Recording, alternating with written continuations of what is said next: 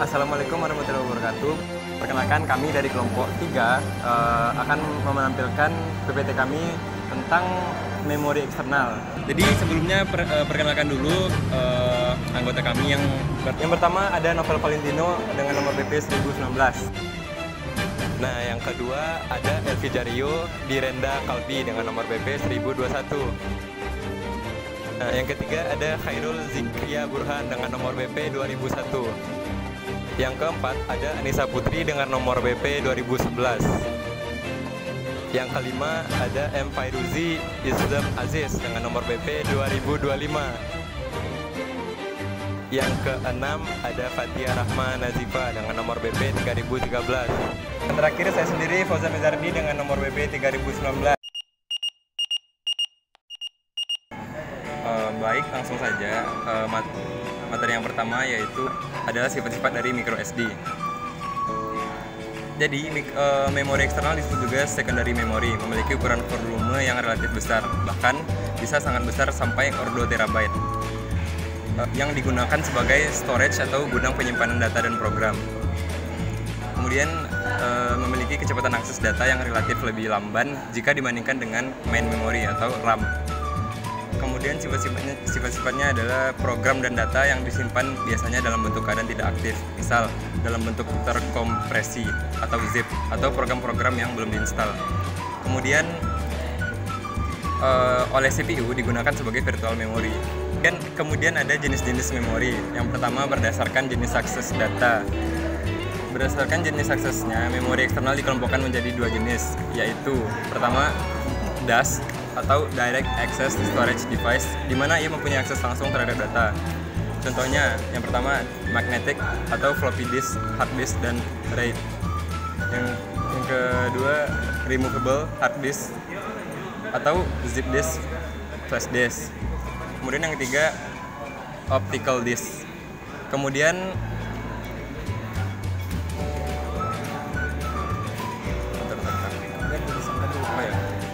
jenis yang kedua ada yang namanya SASD atau Sequential Access Storage Device.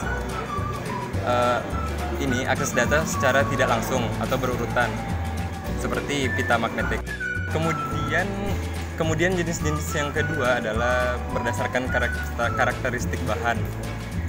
Berdasarkan karakteristik bahan pembuatannya, memori eksternal digolongkan menjadi beberapa kelompok sebagai berikut. Yang pertama punch card, yang kedua magnetic disk. Contoh dari magnetic disk adalah floppy, hard disk, dan RAID. Kemudian yang ketiga adalah optical disk, contohnya CD dan DVD. Kemudian yang terakhir ada magnetic type. Baiklah, saya akan melanjutkan materinya sebelumnya. Namun sebelum itu perkenalkan, nama saya Habib Zikria Burhan, BP 2001. Saya akan melanjutkan materi magnetic disk. Magnetic sendiri yaitu adalah piringan bundar yang terbuat dari logam atau sejenisnya. Ini dilapisi dengan bahan yang dimagnetisasi seperti magnetic oxide. Data direkam di atasnya dan kemudian dapat dibaca dari disk yang menggunakan conducting coil yang dinamakan CAT. Cara kerjanya sendiri yaitu selama operasi pembacaan dan tulisan, CAT bersifat stasioner sedangkan piringan bergerak di bawahnya. Mekanisme pembacaan didasarkan adanya arus listrik yang terdapat di dalam conducting coil akibat dari medan listrik yang dihasilkan oleh permukaan magnetic disk. Mekanisme penulisan didasarkan pada arus yang mengalir pada conducting coil yang kemudian dikirimkan ke permukaan magnetic disk dengan pola-pola tertentu. Contoh dari magnetic disk ini salah satunya yaitu floppy disk. Dimana floppy disk ini diciptakan oleh IBM pada tahun 1967 yang berukuran 8 inci. Lalu kemudian dikembangkan sehingga diperkecil ukurannya menjadi 5,5 inci. Karena sifat kemasannya fleksibel, floppy disk sendiri diberi nama yaitu disket. Sebelum pertengahan era 1980-an, floppy disk terus berkembang menjadi 3,5 inci yang kemudian mengontrol pasar sepanjang era 90-an. Di tahun 1971, IBM mempersembahkan memori disk pertama yang kemudian terkenal dengan floppy disk atau disket. Floppy yang pertama adalah disk plastik yang berisi besi magnetik oksida. data ditulis dan dibaca dari permukaan disk. Nama floppy sendiri diambil karena sifatnya yang fleksibel.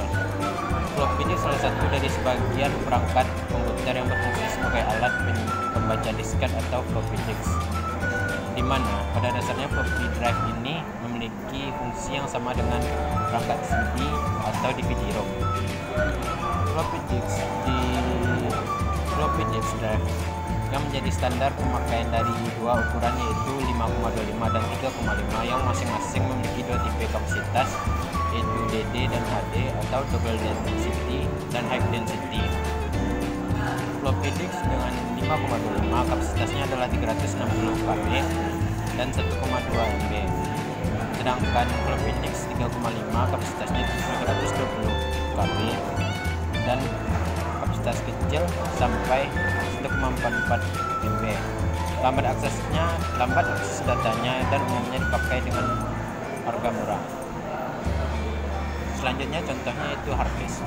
Hard disk adalah salah sebuah komponen perangkat keras yang menyimpan data sekunder dan berisi piringan magnetis. Hard disk diciptakan pertama kali oleh insinyur IBM Reinhold Benson di tahun 1952. Hard disk pertama terdiri dari 50 piringan berukuran 2 kaki atau 0,6 meter yang kecepatan dasnya yaitu 1200 rpm dan kapasitas penyimpanan 5 MB. Hard disk merupakan memori berkapasitas besar pada komputer yang berfungsi untuk menyimpan atau membaca data pada komputer. Data yang disimpan tersebut seperti sistem operasi, software, serta data pribadi Anda.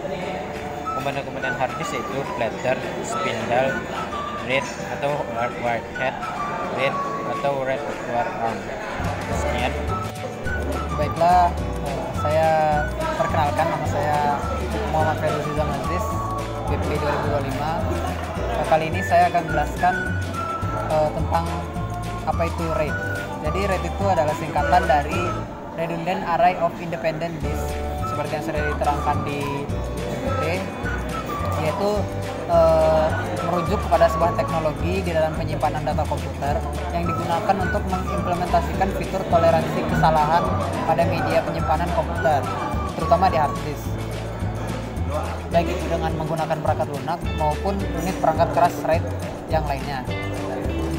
Nah, konsep dasar RAID itu sendiri ada beberapa konsep kunci di dalam RAID, seperti mirroring atau penyalinan data ke lebih dari satu buah hard disk, lalu stripping, pemecahan data ke beberapa hard disk, dan juga koreksi kesalahan, di mana redundansi data disimpan untuk mengizinkan kesalahan dan masalah untuk mengizinkan kesalahan agar dapat dideteksi dan mungkin dikoreksi, atau lebih umumnya disebut sebagai teknik fault tolerance. Nah, struktur RAID itu sendiri, RAID memiliki 3 struktur, antara lain RAID adalah sekumpulan disk drive yang dianggap sebagai sistem tunggal disk. Lalu yang kedua, data didistribusikan ke drive physik array. Yang ketiga, kapasitas redundant disk digunakan untuk menyimpan informasi paritas yang menjamin recoverability data ketika terjadi masalah atau kegagalan disk. Kita lanjut ke level-level RAID. RAID dibagi menjadi 8 level yang berbeda, yaitu level 0, level 1, level 2, sampai level 6, lalu level 0+1 dan 1+6.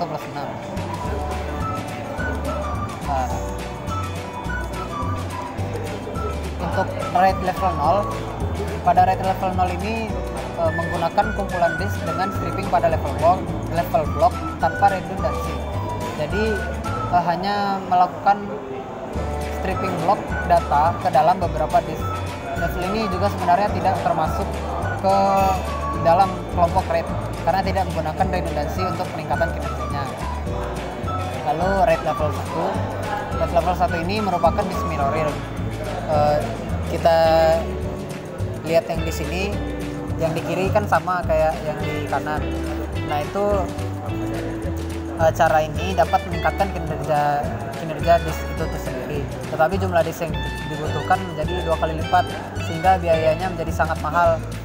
Pada level 1 disk duplexing dan disk mirroring data pada suatu partisi hard disk disalin ke sebuah partisi hard disk yang lain, sehingga bila salah satu rusak, masih tersedia salinannya di partisi yang mirror.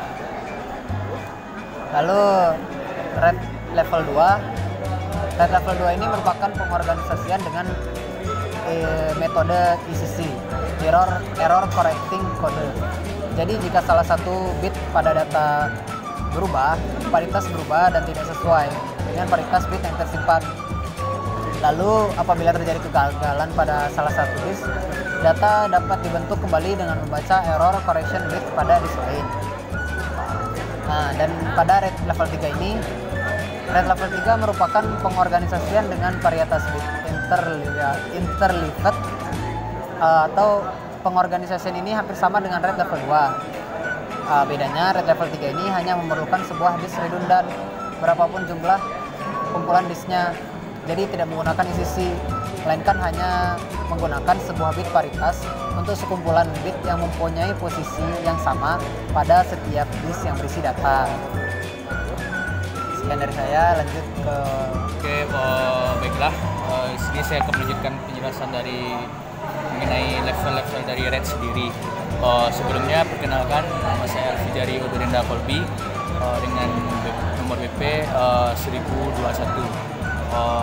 Di sini saya akan menjelaskan mengenai level-level RAID, yaitu selanjutnya mengenai RAID level 4. RAID level 4 sendiri itu merupakan pengorganisasian dengan paritas blok interleaved, yang artinya yaitu menggunakan stripping data pada level blok, menyimpan sebuah paritas blok pada sebuah disk yang terpisah untuk menjadi blok data pada disk-disk lain yang bersesuaian.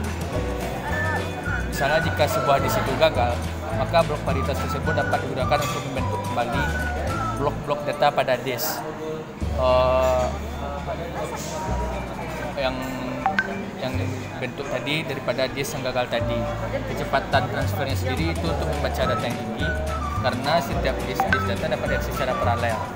Nah, di sini bisa dilihat sendiri struktur dari RAID level 4 ini. Selanjutnya itu RAID level 5. RAID level 5 sendiri itu cara pengorganisasian dengan paritas blok interleaved tersebar. Data dan paritas disebar pada semua disk termasuk sebuah disk tambahan. Pada setiap blok ini salah satu dari disk menyimpan paritas dan disk yang lainnya untuk menyimpan data. Nah, sebuah paritas blok tidak menyimpan paritas untuk blok data pada disk yang sama. Mengapa? Karena kegagalan sebuah disk akan menyebabkan data hilang bersama dengan paritasnya dan data tersebut tidak dapat diperbaiki.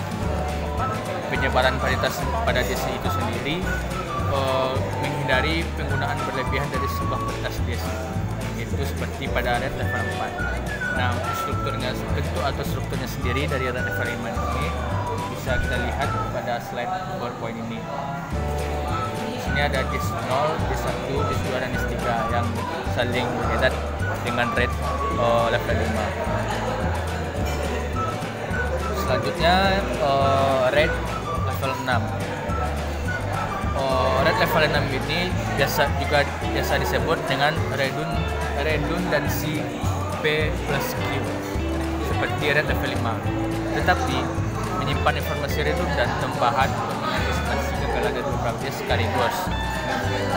RAID level 6 ini sendiri melakukan dua perhitungan paritas yang berbeda, kemudian disimpan di dalam blok yang terpisah pada disk-disk yang berbeda juga.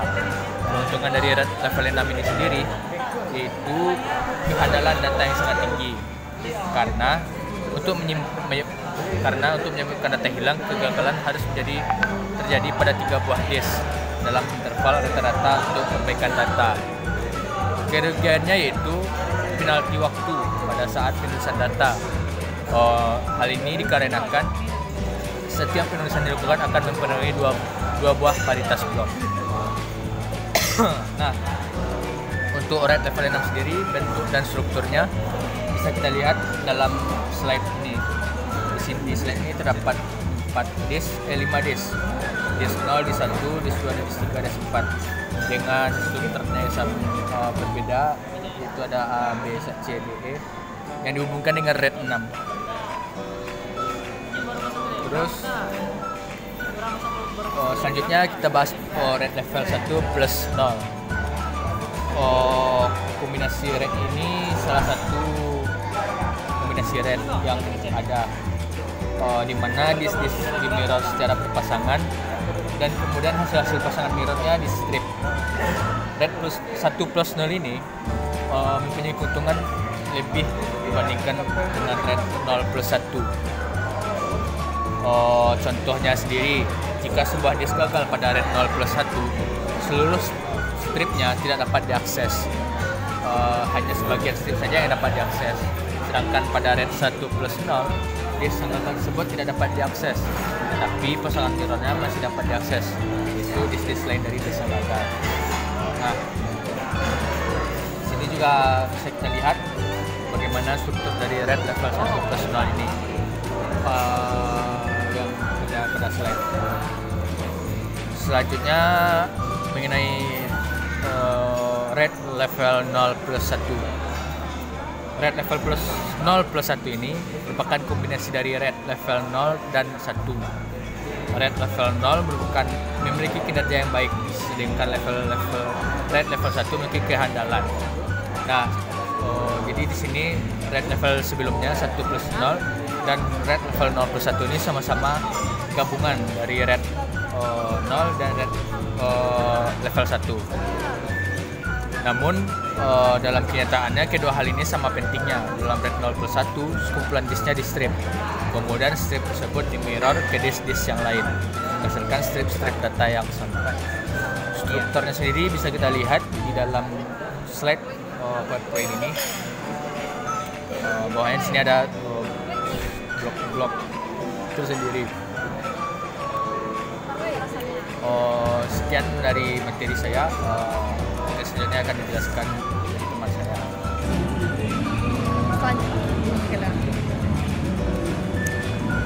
Baiklah, kenalkan nama saya Anissa Putri, BP 2011. Untuk slide selanjutnya yaitu removable disk. Berikut gambar dari removable disk. Pengertiannya, removable disk adalah media penyimpanan yang tidak mempengaruhi kerja sistem secara langsung. Artinya, pada saat media ini dipasang maupun dilepas secara langsung, saat komputer menyala tidak menyebabkan kerusakan pada sistem komputer secara keseluruhan. Banyak contoh-contoh dari removable disk. Bisa dilihat dari beberapanya. Yang pertama ada reader, yang kedua ada disket, floppy diskette, CD, DVD, Blu-ray disc, tape drive, cartridge disc, USB thumb drivers. Tapi yang kita bahas yaitu flash disk dan zip disk.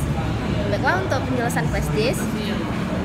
Flash disk adalah sebuah alat penyimpanan data eksternal yang dihubungkan pada port USB yang mampu menyimpan berbagai format data dan memiliki kapasitas penyimpanan yang cukup besar.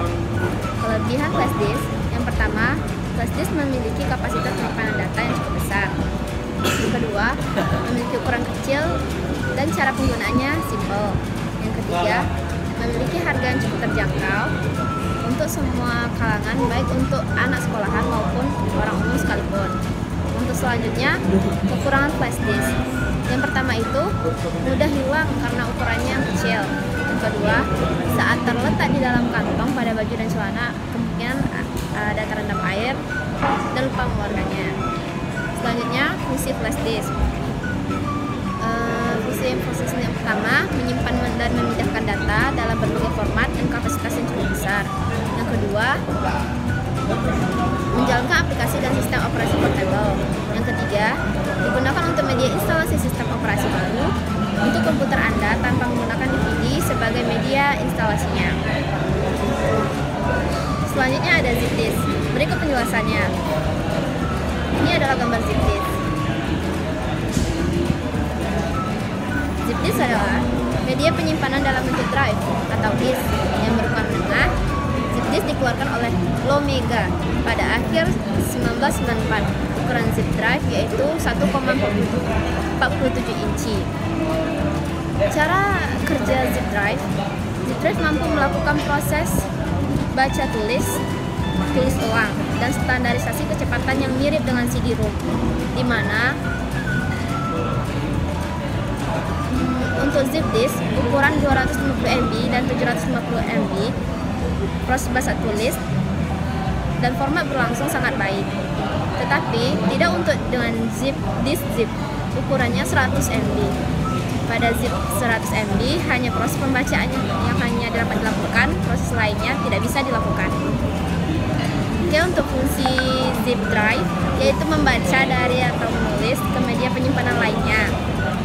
Fungsi baca setiap zip drive mundur kompatibel dengan teknologi yang lebih tua. Untuk selanjutnya akan dijelaskan oleh rekan saya pada slide selanjutnya. Terima kasih. Perkenalkan, nama saya Materi Rizwan dengan NIM 3013. Baik, saat ini saya akan menjelaskan pengertian tentang SASD atau Sequential Access Storage Device. Contoh dari perangkat simpan ini adalah kaset atau magnetic drive, post-it card, dan post-it paper tape. Sequential Access Storage Device atau SASD adalah suatu perangkat simpan yang bekerja secara sekuensial. Yang dimaksud bekerja secara sekuensial di sini adalah perangkat simpan ini bekerja dengan cara secara urut dari awal sampai akhir tanpa adanya kemungkinan loncat atau melewati barisan tertentu. Keuntungan yang dapat diperoleh dengan penggunaan sistem penyimpanan ini adalah: 1. Organisasi file sederhana, 2. Jarak setiap aplikasi yang terbuka sangat jelas, 3. Metode perumpamaan di dalam memori sangat sederhana, dan 4. Sangat mudah digunakan. Namun, kelemahan tersebut yang dapat dari SASD adalah: 1. 10 rekod yang tersimpan dalam file master harus diproses. Kedua, data yang tersimpan sudah harus root. Ketiga, posisi data tersimpan sangat sulit untuk up-to-date. Dan keempat, tidak dapat dilakukan pekerjaan secara langsung. Berdasarkan karakteristik bahan: 1. Console card, 2. magnetic disk, 3. optional disk, dan 4. magnetic disk. Console card itu suatu kartu kecil berisi lubang-lubang yang menggambarkan berbagai instruksi atau data. Kartu ini dibaca melalui virtual card reader yang sudah tidak digunakan lagi sejak tahun 1979. Sedangkan magnetic tape terbuat dari bahan yang bersifat optik, tetapi berbentuk ikan, seperti halnya pita kaset tape. Assalamualaikum warahmatullahi wabarakatuh. Perkenalkan, nama saya Nova Baldino dengan BP 1019. Sekarang saya akan melanjutkan materi selanjutnya, yaitu tentang hierarki memori. Hierarki memori adalah suatu acuan yang digunakan oleh para perancang untuk menyetarakan kapasitas, waktu akses, dan harga memori untuk setiap bitnya. Hierarki memori itu sendiri terdiri dari dua, yaitu yang pertama kita lihat yaitu tradisional, dan yang kedua itu kontemporer. Hierarki memori disusun sedemikian rupa agar semakin ke bawah memori dapat mengalami hal-hal berikut. Yang pertama yaitu peningkatan waktu akses memori, semakin ke bawah semakin lambat, dan semakin ke atas semakin cepat. Yang kedua itu peningkatan kapasitas, semakin ke bawah semakin besar, dan semakin ke atas semakin kecil. Yang ketiga itu peningkatan jarak dengan prosesor, semakin ke bawah semakin jauh, dan semakin ke atas semakin dekat. Yang keempat yaitu penurunan harga memori tiap bitnya, semakin ke bawah semakin murah, dan semakin ke atas semakin mahal.